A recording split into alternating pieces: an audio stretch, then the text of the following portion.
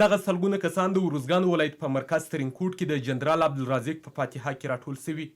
دوی د یادې فاتحې پر مهال پر مرکزي ادارې غږ وکړ چې پر جنرال عبدالرازق برید دې وڅېړي. موږ پر حکومت باندې دا غږ کوو چې دغه څېړنه تر هغه ځایه پورې وکړي چې هغه اصلي عوامل پیدا شي. موږ وایو چې افغانستان د زمریانو ځاله ده او قومندان صاحب رازق خان زموږ تاسې په دې شاهد یو چې 2 کاله مخکې په دا ورځ موږ ته د روزګان پر ولایت ډېر سخت حالت راغی. پر هلمند راغلی، دغسې په کلات کې راغلی.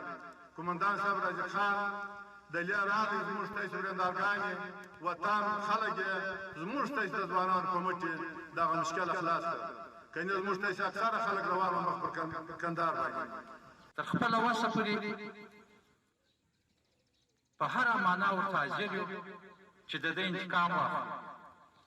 ورونو یو شی چې زه رنځ نه وړم او هغه زموږ د مشرانو د مرګ سبب ګرځي.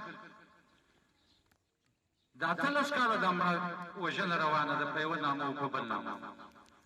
بعضې د خپلو افغانانو په منځو کې، بعضې د خارجیانو په دسیسو کې، بعضې د ګاونډیانو په استخباراتي کړیو کې راښکېل یو. د لوی قومندان مشرانو چې په تاریخ کې د کندهار ټول سلطنت جوړوي او د کندهاریانو په مشوره به یو سړی و سلطنت ته رسېدی مشرتوب ته، هغه داسې څېرې نه وې، داسې مفکورې نه وې لکه نن چې زه ګورم. هغه با ایمانه خلک و، یوه وینا، یوې کردار، یوه یې پښتو.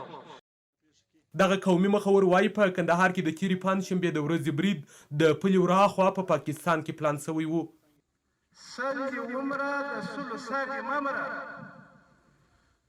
عزیزانو داود خان چې سر کټ کوي په دې عمل کې په میلیونونه انسانان دا جار وضب سره وایي. بېرته هغې ورځې ته موږ نشو ګرځېدلی.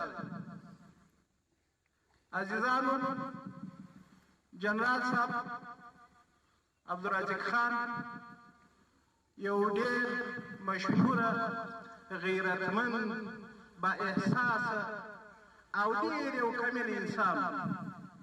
خدای پاک دې وبخښي. ټوله موږ دعاوې ورته کوو، ټول مسلمانان ټولو شهیدانو ته دعاوې کوو. دا 40 کاله چې هر څه مړه دي ټول دې ملا کوي په خدای وبخښي. ټول دې خدای غږ کې رحمت وګرځوي. د پاکستان د آیسای او د ډیورند یعنې د کرښې دا یو دغسې قهرمان سړی و. که تاسو ته معلوم وي وخت یې یعنې دی څنګه مطلب صادقه سولو یعنې قمندان د امنیې سولو. یعنې تاسو ته بهتره معلومه ده چې د ده تر مخ د چوکي مدته څخه تر عینو مینې پورې هغه تلاشي به نه وه. شهید احمدولي خان کرزي د کرزي صاحب سره خبره وکړله چې مخالفین و مالجات راله. حتی اکثره خلک یې داسې دي چې په توتانو مثال د پورې زړول. ورته ویې ویله چې وروره یعنې جنرال صاحب عبدالرازق خان یعنې موږ غواړو.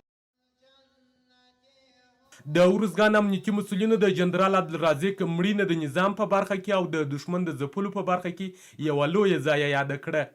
هغه شخصیت ده چې غالبا یو میاشت مخکې راغلی و دلته راته، 2 ځلې راغلی و. یو 3 میاشتې مخکې کله چې د ما د جنرالي اعلان سو، جنرال رازق ته وزارت ورته وویله چې ته یو ډګر جنرال دی، دغه وطن یې او پولیس یې. په کندهار کې د تېرې پنجشنبې د ورځې په برید کې چې د دغه ولایت د والي د ساتونکي لخوا ترسره سو، په کښې کې د دغه ولایت امنیه قومندان جنرال عبدالرازق، د ملي امنیت رئیس جنرال مومن وسنخیل، د ملي راډیو تلویزیون یو تن کامرمین ووژل سو او د دغه ولایت د والي په ګډون یو شمېر نور لوړپوړي چارواکي په کښې کې ټپیان سوه. شریف الله شرافت، ازادي راډیو، ارزګان.